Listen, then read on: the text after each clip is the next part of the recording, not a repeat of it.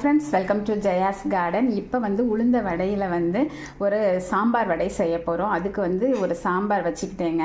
As usual sambar தான், ஆனால் வெறும் வெங்காயம், தக்காளி, பச்சை மிளகா மட்டுமே போட்டிருக்கணும். எந்த காயும் போடாமல் கொஞ்சம் தண்ணியாக வைக்கணும். நான் இப்போ கொல கொலன்னு இருக்குது. இப்போ நான் தண்ணி ஆட் பண்ணிடுவேன். நம்ம வீட்டில் இப்போ தோசைக்கு அந்த சாம்பாரை எடுத்துட்டு அந்த சாம்பார்லேயே தான் செய்ய போகிறதுனால இப்போ நம்ம இதை எடுத்துடலாம். இப்போ நம்ம அந்த சாம்பார் தேவையான அளவுக்கு எடுத்துகிட்டு பாருங்கள், இந்த அளவுக்கு தண்ணியாக ஆக்கிட்டோம். இன்னும் கூட தண்ணியாக ஆக்கலாம், தப்பு கிடையாது. அதுக்கப்புறம் வடையை நம்ம அதில் போட்டுறணுங்க.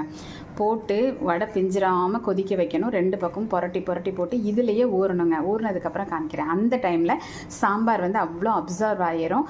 நம்ம எந்த கன்சிஸ்டன் வேணுமோ அந்த அது வர்ற வரைக்கும் நம்ம தண்ணி கொதிக்க வச்சு ஊற்றிக்கலாங்க.